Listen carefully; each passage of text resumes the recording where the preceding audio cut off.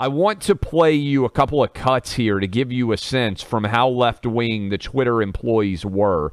This is former Twitter head of trust and safety, Yoel Roth, saying they needed to ban Trump because of the trauma he and other content moderators were experiencing on January 6th. Listen. If you talk to content moderators who worked on January 6th, myself included, the word that nearly everybody uses is trauma. We experienced those events, not some of us as Americans, but not just as Americans or as citizens, but as people working on sort of how to prevent harm on the internet. We saw the clearest possible example of what it looked like for things to move from online to off. We saw we saw the way that rhetoric about a stolen election was being mobilized on sites like thedonald.win. Sure. We saw the trafficking of this content in the fringe parts of the internet, and we saw people dead in the Capitol. Okay, I'm literally shaking right now because like just hearing about his trauma gives me so much trauma. What a wimp. It's amazing the people they have at these companies. First of all, they're morons. Second of all, they're cowards. Third of all, they hate free speech.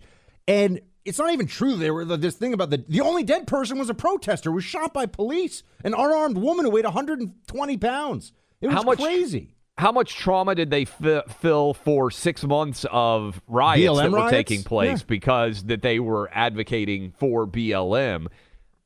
We need to play also the cut of him trying to explain why they had to ban the Babylon Bee. We'll do that maybe at the end of this hour to kind of wrap it all together. But up next is going to be Miranda Devine. This stuff, Miranda Devine coming up next, everybody. We need to talk about that, FBI and this whole thing. But this language about trauma, this is the language of the woke fascist. Anyone who refers to their trauma because they saw something on Twitter that they don't like about politics, give me a break.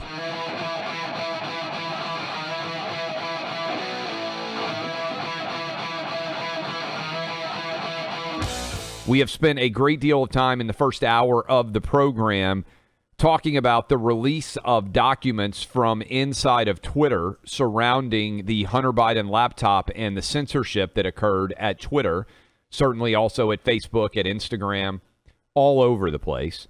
And as a part of that discussion, we have also been focusing on the internal individuals who are implementing the rules on a day-to-day basis. One of the things that comes out of the release of the information from Twitter is how little Jack Dorsey, the CEO of Twitter, was actually involved in the decisions surrounding the Hunter Biden laptop. And this is, I think, significant in the context of you oftentimes, Buck, have leaders of companies who are big risk takers, who are fearless, who have built companies out of nothing into really successful enterprises. And then you end up with these diversity and inclusion losers that are faced and tasked with day-to-day management of the company, and they're destroying internally everything that you built as the leader. And this is why I like the fact that Elon Musk has bought Twitter, because ultimately Musk is a guy who says, I am the decider, and this is on me if it fails or if it doesn't. And we talked, Buck, about the fact the New York Times, the Washington Post, CNN, MSNBC, by and large, that they haven't covered these revelations coming out of Twitter of the biggest corporate censorship that has occurred in most of our lives associated with political campaigns.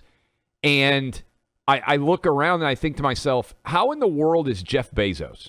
I'm going to take a shot at Bezos here. Washington Post, he's fearless, Buck, right? Whether you like or dislike Jeff Bezos, he made the decision to risk his everything to build Amazon. And he built a highly successful capitalist enterprise at Amazon that made him one of the wealthiest people in the world. And then he buys the Washington Post for $250 million. And the newspaper now is run by triple maskers obsessed with diversity and inclusion. And they don't even really like capitalism. So I wonder on some level why you would be an Elon Musk or a Jeff Bezos. And I think they're different roads taken because they're both fearless entrepreneurs who have had wild success. But with the media companies that they've bought, Elon Musk is a strongly committed to the First Amendment and the right of everyone to express their opinions. And meanwhile, you've got Jeff Bezos, who is allowing people who are curled up in the fetal position, wearing triple masks, convinced that America's an awful place, anti-capitalist, to run his media company. And my thought process is just, why would you allow your media company, and I say this as somebody who has a much smaller media company that I ran in Outkick, but to become a representation of things that you yourself hate? Because if you're a capitalist, you can't like the way that the Washington Post is being run. And does that make sense to you, Buck? Like, I mean, look, it's just the thing about Jeff Bezos. The thing about Jeff Bezos is $250 million means nothing to him, right? So it's really it's a vanity play. It's a toy. It's, well, I can own the Washington Post, and then I get more credit and more high fives, although probably not touching hands because COVID, scary. But at no shaking hands either. Remember that? No shaking hands. That was a thing. Little Fauci was going around saying your hands are covered in germs. I think for him, it's largely a virtue signaling play. I mean, look at what Steve Jobs' widow, she owns The Atlantic. Yes. She owns a number. This becomes almost like the way some billionaires buy paintings, they'll buy media companies. It's I similar... get it, but you would buy a painting in theory because it speaks to you. And if I buy a media company for $250 million, and then I run it as the antithesis of everything that has led to me being successful as a businessman, to me it's just pathetic. Yeah, I but don't the left wing mindset place. is never that the individual. First of all, there's always a sense, if you're a leftist and you're hyper successful, which there obviously are, financially hyper successful leftists, they start telling themselves, one, that they should feel guilty. They generally suffer from some form of guilt for their acquisition of wealth. And also they start telling themselves, and maybe they believed all along, oh, it was a collective. It took a village for us to get here. So now that mentality of the collective overall should be something that I use my influence to propagate all across the country.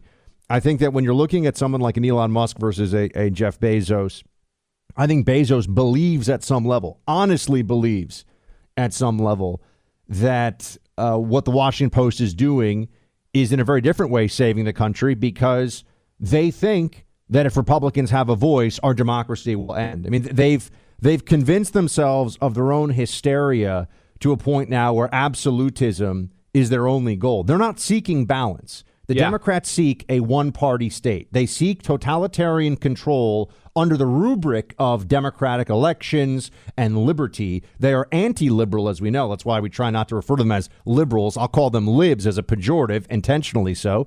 But the reality is they think that they're in an existential struggle for this country, and that the freedom of the right to even make arguments on anything, Clay, because it harms their overall power, is a threat to the entire country. This is the grounds or the foundation of absolutism, and you see it with everybody who buys into that ideology, whether they're a billionaire or they're an activist marching in the streets. They've convinced themselves of this, and this is also why they bought into COVID so much too, because COVID gave them the initial excuse, or it gave them a tremendous excuse for the absolutism based on medical tyranny that they had always sought through political means. Yeah, I guess my thing is, I don't think Jeff Bezos is an ardent leftist, because I don't think you could be as good of a business person as he has been in building Amazon. I think he's been handcuffed by the company that he bought and been unwilling to engage in the necessary hand-to-hand combat that would have to occur in order to put the Washington Post back in an area where it is a representative paper of American democracy. And I feel like he's being a coward. Whereas Elon Musk came in and said, look, 75% of these people here are awful. They're unnecessary. I think Bezos has not been willing to take that step at the Washington Post. And the reason why I think both those guys are in such divergent positions, obviously Musk paid far more for Twitter than, to your point, Jeff Bezos, $250 million, a rounding error for him in terms of what he bought with the Washington Post. But let me just play this Yoel Roth, however you pronounce his name, trying to explain why the Babylon Bee, which is a satirical online, kind of the Onion style newspaper, for those of you who are not familiar with it. I think we've had Seth Dillon on the program to talk about this before. The Babylon Bee was banned, was locked, had its account locked, based on saying that Rachel Levine, who is a man that decided to identify as a woman, is an admiral, that Rachel Levine was the man of the year. It was a satirical headline. It's a little bit funny, but also pointing out the ridiculousness of our decisions as a society, which is what satire does. And the lack of humor in left-wing ideology now cannot be underrated. Listen to this discussion about why it was necessary to ban the Babylon Bee. This is Yoel Roth, who used to work in charge, basically, of Twitter content moderation. Listen. Babylon Bee, which is what got him to buy the thing, I think. That's the one which was not particularly funny. The Babylon Bee's man of the year is Rachel Levine. Not funny. Yeah. And you can ask. I didn't agree they should have taken that down, but go ahead. You know, it's interesting.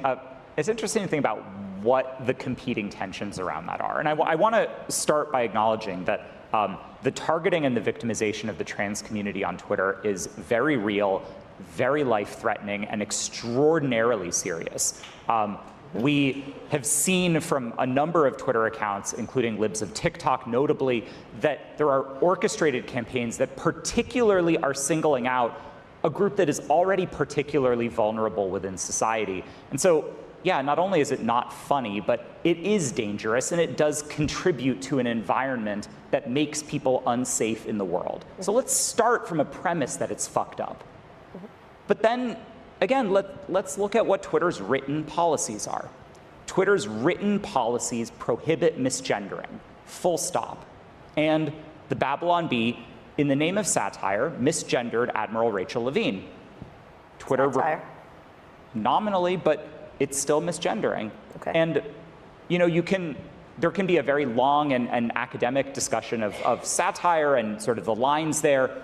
Interestingly, Apple tried to tease out this question of satire and political commentary in their own guidelines, which I think are also fraught. But, you know, we landed on the side of enforcing our rules as written. He is humorless. He actually reminds me of some kids that I grew up with, where, you know, if you hit them too hard during dodgeball, they'd be like, "My daddy will sue you." You know, he's just really a stickler for the rules, no sense of fun, no sense of just like roll with it, and there's something bigger than your own little petty emotions and feelings. But even at, what was it, Kara Swisher? Yeah. She even feels, look, she's a high IQ leftist, and she's sitting there and she's like, I mean, you realize how this sounds, right? And he's just sticking right to it. Are the worst caricatures that you could come up with in your mind of who is making the decisions at Twitter, and as I've said, it's the same people at Facebook, at YouTube, at TikTok, at all of them. The worst people that you can imagine to make these decisions were the ones making them, because they're the kind of people. I mean, think about who even seeks out this job. Who wants to work in trust and safety at Twitter, right? No, and that's a great point. point. 85% of Twitter has been fired, and it's better than I love. Twitter is the best it has ever been right now. No. It is awesome. It is the Wild West. It is free speech. Now, there's still some rules. Some people will get suspended. You can't make death threats. There are things, of course, and there should be. But, man, it's amazing to see how much dead weight there was at that company, and so many other companies, too. You could basically, the D&I office and the Trust and Safety office, these people, all they do is harass people they don't agree with through the corporate mechanism. An easy test out there. Totalitarianism is the opposite of humor. Authoritarianism does not like being made fun of. And all of these people that are in the censorship brigades remember, oftentimes jokes, they lack the ability to laugh at themselves. They lack the ability to enjoy humor because they really do buy into the idea that words are violence. And if you believe that words are violence, then jokes are a threat to your worldview. And that is why I've been arguing that people in the Republican Party should, as aggressively as you can, embrace humor. Embrace comics. Even if you're getting made fun of. This is important. The You're freedom. making a really important point here, because one thing that has been true for really all along about those and those who are in power and have too much power, but particularly you've seen this with the woke left in recent years, they cannot abide mockery. That's right. Mockery is the one, and more than anything else, more than a sound argument against them, if you ridicule them, it really harms their power in a way that drives them completely insane. So they are constantly policing satire, mockery, ridicule. They cannot allow it because their ideas are so worthy of ridicule that it's actually the weak point. You know, it's the place on the Death Star where if you drop in the missiles, the whole thing goes up. I've been arguing for a long time, Buck, that I seriously doubt whether they're really funny terrorists, right? It's kind of funny to think about, like, you're sitting around trying to plot, to be a terrorist.